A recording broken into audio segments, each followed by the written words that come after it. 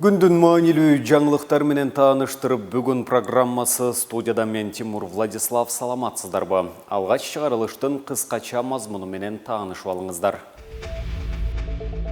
Бишкектеги номер 1 шаардык ооруканада жаткан саясат талдоочу Марат Казакбаев 10 июнда өзүнө келбей каза болду. Бүгүн Ош шаарында июнь окуясында каза болгондор эскерилди. Ысык көлдө жогорку класстын окуучуларын мал уурулугуна аралаштырган дене тарбия мугалими кармалды. Бишкектеги номер 1 шаардык ооруканада жаткан саясат талдоочу Марат Казакбаев бүгүн 10 июнда өзүнө келбей каза болду. Бул тууралуу Азаттыкка ооруканадан кабарлашты.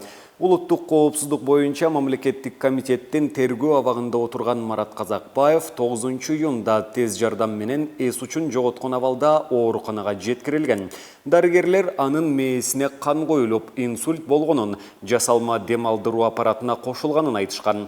Ал былтыр июнь айында Акыйкатчы институтуна кан басымы жогорулап, бөйрөгү ооруп жатканын, камакка алынгандан бери тергөө иштери жүрбөгөнүн айтып арызданган. Марат Казакбаев жана дагы бир адам мамлекетке чыккынчылык кылууга шек саналып, 2021 жылы апрель айында кармалган. Кылмыш иши жазык кодексинин мамлекетке чыккынчылык кылуу беренеси менен козголгон. Мунун алдында Казакбаев Арба Кейджи сайтына авал курчуп баратат, чек араны Ташиев чече албайт деген аталышта маек курган. Айрым талдоочулар анын камалганын дал ушул маекке байланыштырган. Тергөөнүн материалдары жашыруун болгондуктан сот жабык өтүп жаткан. Бүгүн 10 июнда Ош шаарында июнь окуясында каза болгондор эскерилди. Энелердин көз жашы монументинин алдында өткөн митинг реквиемге президенттин Ош облусундагы ыйгарым укуктуу өкүлү Зиядин Жамалдинов, мэриянын өкүлдөрү, Каргашада өмүрү кыйылгандардын жакындары, жалпысынан 50 чакты адам катышты. Алар элдин ынтымагын бекемдөө жана коргоо зарылдыгын айтып, бул сыяктуу окуяларга мындан ары жол бербөө керектигин белгилешти. 2010 жылдын апрель айында Кыргызстанда нааразылык акцияларынан кийин бийлик алмашкан. Ошол жылдын июнь айында Ош жана Жалал Абад облустарында улут аралык жаңжал чыккан. Июнь окуясы деген ат менен калган бул коогада расмий эсеп боюнча 446 адам каза болуп, 2000ге чукул киши ар кандай жараат алган. 57 адам дайынсыз жоголуп, алардын 19-у табыла элек. 2021 жылы улуттук коопсуздук боюнча мамлекеттик комитет июнь каргашасы тууралуу козголгон кылмыш иши кайра тергеле баштаганын билдирген. Июнь каргашасынын 12 жылдыгына карата кайрылуусунда мамлекет башчы Садыр Жапаров июнь окуясындагыдай кагылыштарды мындан ары болтурбоо үчүн этносторду бириктирген жалпы идеология керек экенин айтты. Жогорку соттун судьялары эл алдында сүйлөөдө коркуу сезимин башкаруу, сөз байлыгын байытуу, уккулуктуу үндү калыптандыруу ыкмаларын үйрөнүп жатышат. Бул тууралуу мекеменин басма сөз кызматы билдирип, бул боюнча 2 күндүк тренинг башталганын кабарлады. Жогорку соттун төрагасы Замирбек Базарбеков соттор өз оюн жатык тил менен түшүндүрө албай жатканын айтты. Соттордун көбү юристтер, мамлекеттик айыптоочулар жеткиликтүү, түшүнүктүү, ынанымдуу сүйлөгөндү билишпейт. Мындай учурлар айрыкча соттордун ишмердигинде байкалат. Сот залында начар айтылган түшүнүксүз сөздөр судьянын кесипкөйлүгүнүн деңгээлине, дегеле бийликтин сот бутагынын имиджине терс таасирин тийгизет, деди Базарбеков. Ал сөзгө чечен, оюн сот отурумунун катышуучуларына жеткире алган иш билги судьялар сотторго болгон ишенимди арттыраарын кошумчалады. Европа биримдигинин Кыргызстанда мыйзам үстөмдүгү 2 фаза программасынын алкагында уюштурулуп жаткан тренингке жогорку соттун бардык судьялары катышууда. Бүгүн 10 июнда жогорку кеңештин алдына акцияга чыккан активисттер депутат Шайлообек Атазовдун мандатын тапшырууну талап кылышты. Акцияга чыккандар депутаттын парламент жыйынында айткан сунушунан нааразы болушууда. Белгилей кетсек, депутат Шайлообек Атазов 9 июнда өткөн маалымат жыйында жаш кыздардын чет өлкөгө мигрант болуп кетишине чек коюуну сунуштаган. Мигранттарыбызда аябай маселе көп. 18-20 жаштагы кыздарыбызды чет өлкөгө ата-энелери менен чыгарсак, болбосо турмушка чыккандан кийин барышса, миграция тармагы боюнча тийиштүү органдар комитетке келип маалымат берсин деген Атазов. Атазовдун мындай сунушу социалдык тармактарда кызуу талкуу жаратууда. Ысык-Көлдө жогорку класстын окуучуларын мал уурулугуна аралаштырган дене тарбия мугалими кармалды. Бул тууралуу Ички иштер министрлигинин басма сөз кызматы кабарлады. 6 июнда Ак-Суу райондук милициясына Отрадное айылынын тургуну арыз жазган. Маалыматка караганда, ошол түнү болжол менен түнкү саат 3-4 чамасында белгисиз адамдар арыз ээсинин сарайына уурулукка кирген.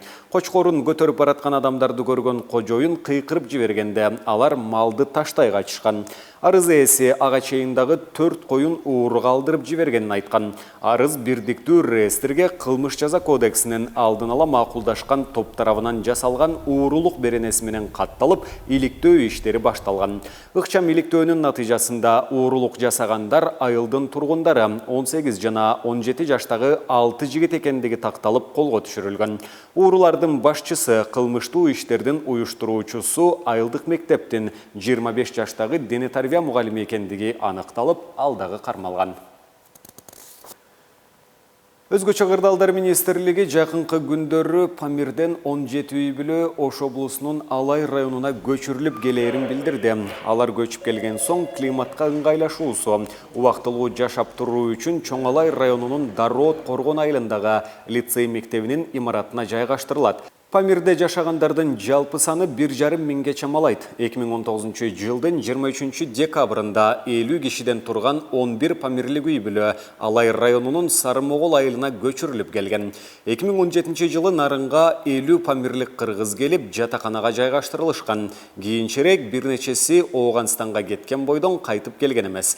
2021 жылы июль айында Ооганстанда жашаган ондогон кыргыздар Талибан кыймылынын чабуулдарынан качып, Тажикстанга жер которууга аргасыз болгонун коңшу өлкөнүн мамлекеттик Ховар жаңылыктар агенттиги 14 июлда кабарлаган.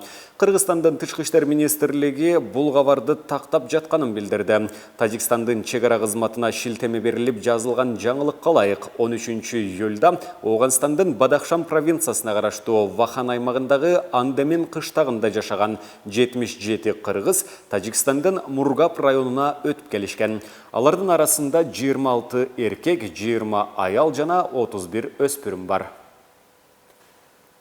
Кыргызстан менен Казакстандын чек арасындагы кезек күткөн унаалар көйгөй жаратканына бир нече убакыт болду. Министрлер кабинетинин төрагасынын биринчи орун басары Арзыбек Кожошов көз карандысыз мамлекеттер шериктештигинин экономикалык кеңешинин жыйынында чек арадагы ар кандай тоскоолдуктарды, негизсиз текшерүүлөрдү азайтып, жүк ташууга шарт түзүү маанилүү экенин айтты.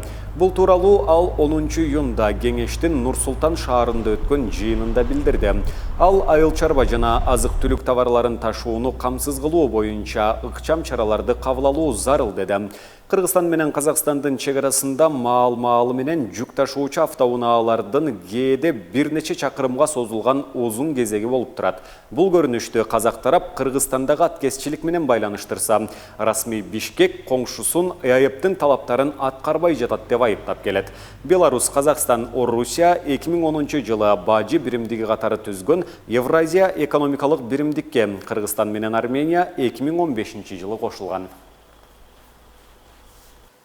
Мына ушуну менен бүгүнкү берүүбүздү жыйынтыктайбыз. Кийинки эфирлерден амандашканча сак саламатта туруңуздар.